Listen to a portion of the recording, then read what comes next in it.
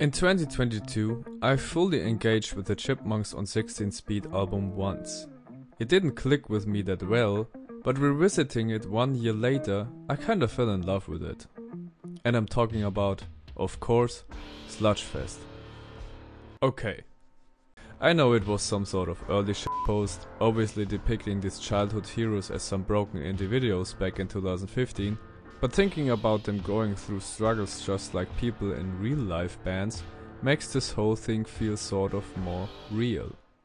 By reading through the comment section, you see people stating that they've seen them live doing all sorts of messed up stuff, with the most infamous being like especially Alvin covering himself in shit in one of the gigs, or doing PCP at a concert in Danzig in 1989.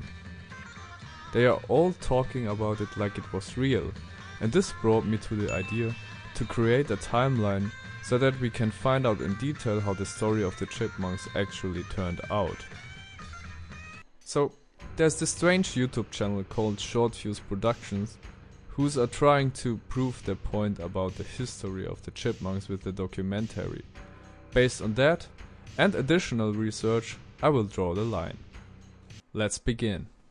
By taking a look on the description below the video, you can read that the guy who uploaded this found the documentary on a mysterious VHS tape in his closet, suspecting that his grandpa recorded it in the early 2000s, clearly showing that they are pushing it to be real. Yeah, right. Seriously, the interlacing is really bad. Like, uncaringly bad. Not to mention the ultra-realistic tape writing. Anyway, this documentary is a mockumentary. You should know that, right?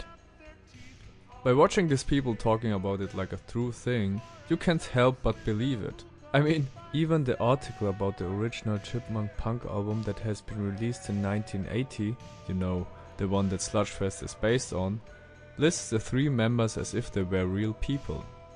Oh, Chipmunks, I don't know. The fanbase puts up with that and builds on the lore of the Chipmunks, all because of the one album. So that is why this so-called amateur music historian is talking about the hedonism. The documentary goes on about the release of Sludgefest and says that they released it already in the 80s.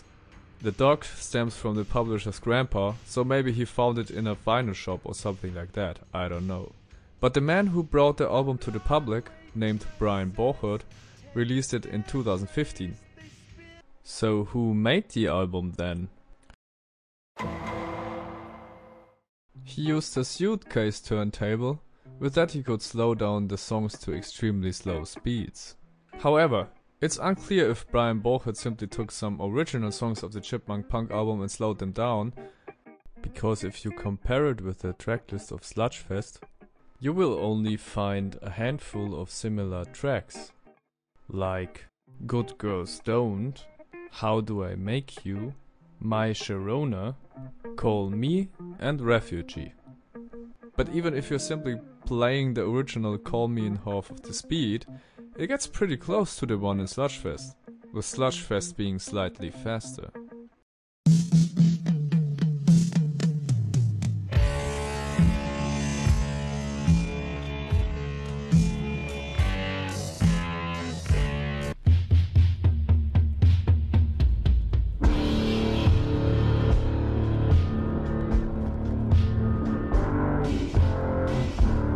And of course, playing a vinyl on a turntable in different speed creates a down pitch because of the spinning speed. The slowing down trick seems to be a common thing in 2015 because of the new rise of vaporwave earlier in that time. The second theory could be that Brian played them himself and slowed them down, avoiding any legal trouble by simply making all of the songs by himself. This would also explain the existence of all the remaining different tracks on Sludgefest. My favorite theory. He only remastered the Chipmunks 80s original and uploaded it in 2015, with Simon wanting him to hide their involvement through letting Brian claim that he recorded it. So, let's simply roll with it. Regarding this fact, Sludgefest in the 80s would have been a post-punk milestone at that time. The documentary then goes on about the death of Alvin, who reportedly died of a drug overdose. Although this picture doesn't seem that trustworthy. You could simply write any name on that tombstone, honestly. What's making the documentary interesting though, is that, again, you have these fans, or here these so-called super fans, talking about the experience with the Chipmunks. Okay, Eric has a little grin on his face, and also his name seems like it is straight out of a comic book, but hey, his eyes are shining, and the information that is leaking out here tells us that Sludgefest has been released after Chipmunk Punk because they accordingly rebranded at that time. But suddenly, the interview starts to get confusing, and trust me, this talk is about to get even more confusing. So, Eric states that he's seen them live in a Victorian theatre in 1973. He even claims that he helped them load their equipment at the back of the theatre before the gig took place. So according to our timeline, he must have seen them before the rebranding. Yeah? Seems legit. The narrator then tells us that Chipmunks on 16 Speed were apparently founded in 1975, without giving us any clue as to where he got this information from. It's clear by now that they are just throwing in some random points of time to deal with, but let's assume that Chipmunks on 16 Speed first started as a reorientation phase by Alvin and the Chipmunks. Even the narrator seems to wonder about Eric's assertion, but is later then shown a picture of the venue. I don't know what is all that Victorian about that cafe, but maybe it's just a different concert in 73, who knows. Also, that picture is so undoubtedly fake. They literally painted over the sign of the original photo. It is all just one color. Yeah, sorry for going full on Nietzsche about that, but this was something I couldn't unsee. Anyway, let's get way back in time and take a look at when the band Alvin and the Chipmunks formed.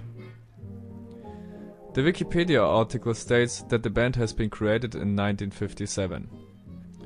The Chipmunks certainly were children at the time who, after they entered their adolescence, grew tired of it and started going wacky in the 70s. Then, the next superfan comes up with his story. He shows us that quote-unquote real ticket stamp of a Chipmunks on 16 Speed concert in Carnegie Hall, which also, interestingly, much more resembles that Victorian theatre Eric told us about. Is that Victorian? I don't know. He probably knows better. But the date of the live concerts makes sense if one assumes they were touring as Chipmunks on 16 Speed. After that, they introduce us to Trevor Bowman, who honors the band for inspiring him as a music producer. Boy, he must have been very successful in the late 90s if you take a look on his ultra-modern flat screen over there. He then talks about the third bootleg album, and they even show a sample of it, which kinda quickly explains to me why they never truly released it. Anyhow, at this point the documentary gets twisted. Trevor also states that he has seen Chipmunks on 16 Speed at the same date, May 5th, 1985, 7 PM. The narrator doing his investigation obviously is getting confused about that fact too, by seeing the same date on two different stamps. Well, if you take a closer look to Trevor's, you can see that it even has not been ripped off. It could be that Trevor never went to the concert because it never existed. He made everything up. But him having the bootleg record as evidence, which are known for being made live, Trevor saw the true 16 Speed live, and the people at the checkout simply didn't rip off his ticket. Let's not talk about how well they both were scanned in. Like, don't get me wrong, they don't even look like they've been printed out. So if you take a look back on the timeline, it simply splits in 1985, with both a concert in Carnegie Hall and the Wembley Stadium. The narrator then proposes that maybe one of them was a telecast and the other live. Good point, but I have a better theory. More of that later. Now, spit's hitting the fan, when Mr. Nelms claims that his dad has a 1993 live recording on VHS of Chipmunks on 16 speed. Oh yeah? Alvin died in 1991. Yes, they obviously show us that they are making fun at this point. So, everybody wants to have a piece of that cake that is the legacy of the Chipmunks' weird change. Later in the video, we even get a glimpse of that so-called live recording. By analyzing it, you cannot clearly say that there are the true Chipmunks on it. I mean, you see them on screen, but on the stage are merely people. Well, I guess. The investigator then loses it and manages to get a phone call with Theodore, who claims that they retired in 1970. I'm clearly seeing this as the breakup of the original band, Alvin and the Chipmunks. However, Theodore seems to be aware of the drug problem that Alvin developed in that time. And with that, the documentary ends. With all the information we gained on the way, this is our timeline so far. So, between 1957 and 1970, they did the original lineup known as Alvin and the Chipmunks. They retired from this in 1970, probably being fed up with it.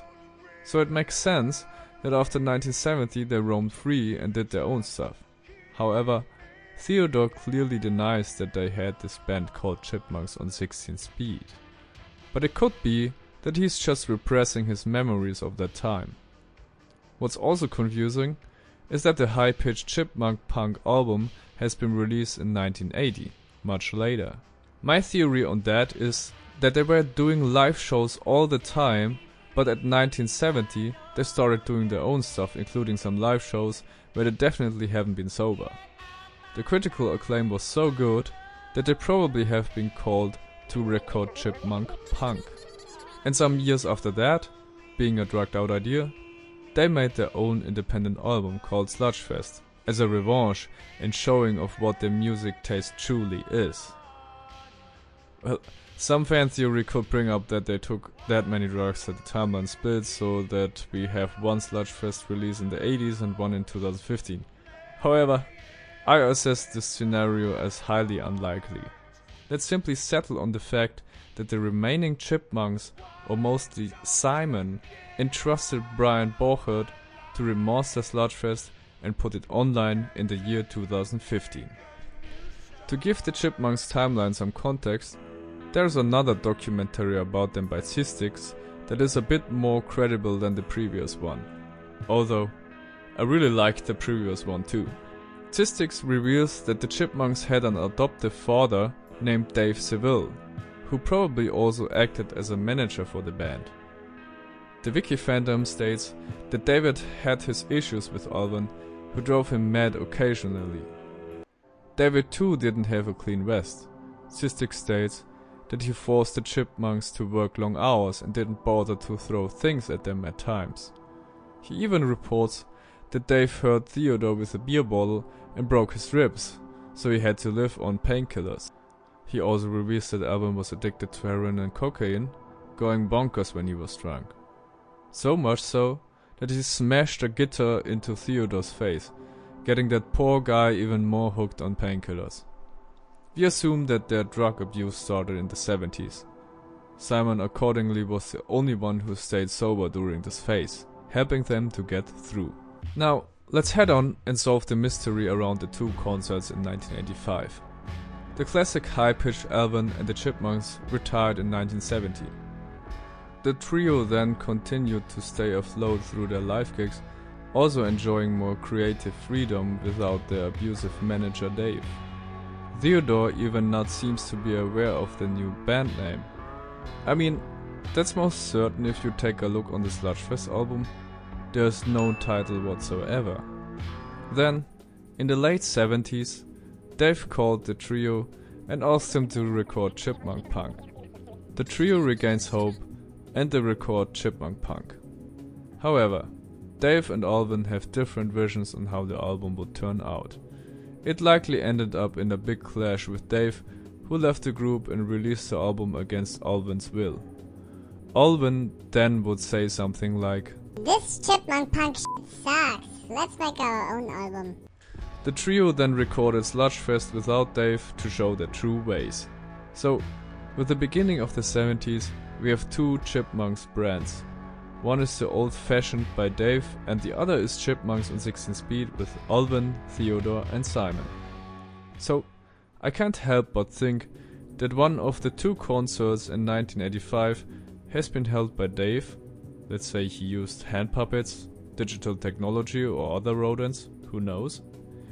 And the other one by the true Chipmunks. And it's also pretty clear that these two albums created a mixed fanbase that would end up in one of the gigs each accidentally. This could also explain why the ticket stamps have the same band name. The people printing them probably also confused the brand, Alvin and the Chipmunks, with Chipmunks on 16 Speed. Or maybe Dave even tried to cash in on their new direction too. When it comes to the death of Alvin, Short Fuse Productions and Systics differ a little from each other, with Short Fuse claiming he died on a drug overdose and Systics saying he killed himself in a microwave. I will simply put these two theories together and specify it as a suicide on drug overdose. If one assumes that Dave still profits from the Chipmunks' success, it's very likely that he held the live concert in 1993. Or maybe it was even just Simon and Theodore, or much more, Dave, Theodore and Simon. At the end of the documentary, Systics points out that the new Chipmunks media is not done by the Chipmunks themselves, and instead are people having their voices pitched up. So, to solve Systics' knowledge gap, it all makes sense that this classic Chipmunks brand is still in Dave's control. And that's it. That is the whole timeline of the Chipmunks story, solving all of the controversy and misconceptions that have been made so far. I do not claim it to be 100% accurate, but at least somewhat making satisfactory sense of everything that happened around the group. Leave a like and subscribe. Thank you for watching. I've been your host, Vislow.